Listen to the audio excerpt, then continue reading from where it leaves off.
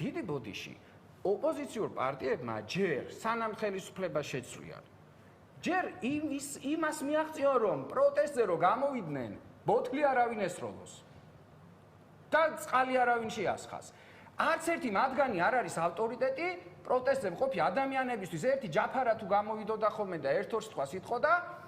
და პატივისცემის გამო სალომე ზურაბიშვილთან მიმართებაში ძიმედუმილით ხვდებიან ოღონდ ამ ყველაფერს უბრალოდ თავაზიანობა ყოფილით თორემ ნება იყოს სხვანაირადაც მოიქცეოდნენ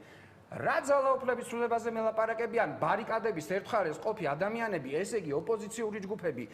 ადგილზე მყოფ პროტესტანტებს ვერ ელაპარაკებიან მიკროფონი რო დაიჭირონ კაცი არ მოусმენს ტვენას დაუწყებენ და გასაგებია რატომაც როდამდე უნდა რამდენი ათწლეული ამ ბლეფში თამაშობთ ერთობა მე გახსოვს შენ არჩევნების პერიოდი ხუთი გაერთიანებული ოპოზიცია რო ყავდა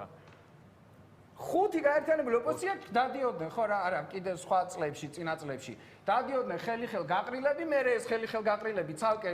ჯაჭვს შექმნიდნენ ისინი ცალკე ბლეფია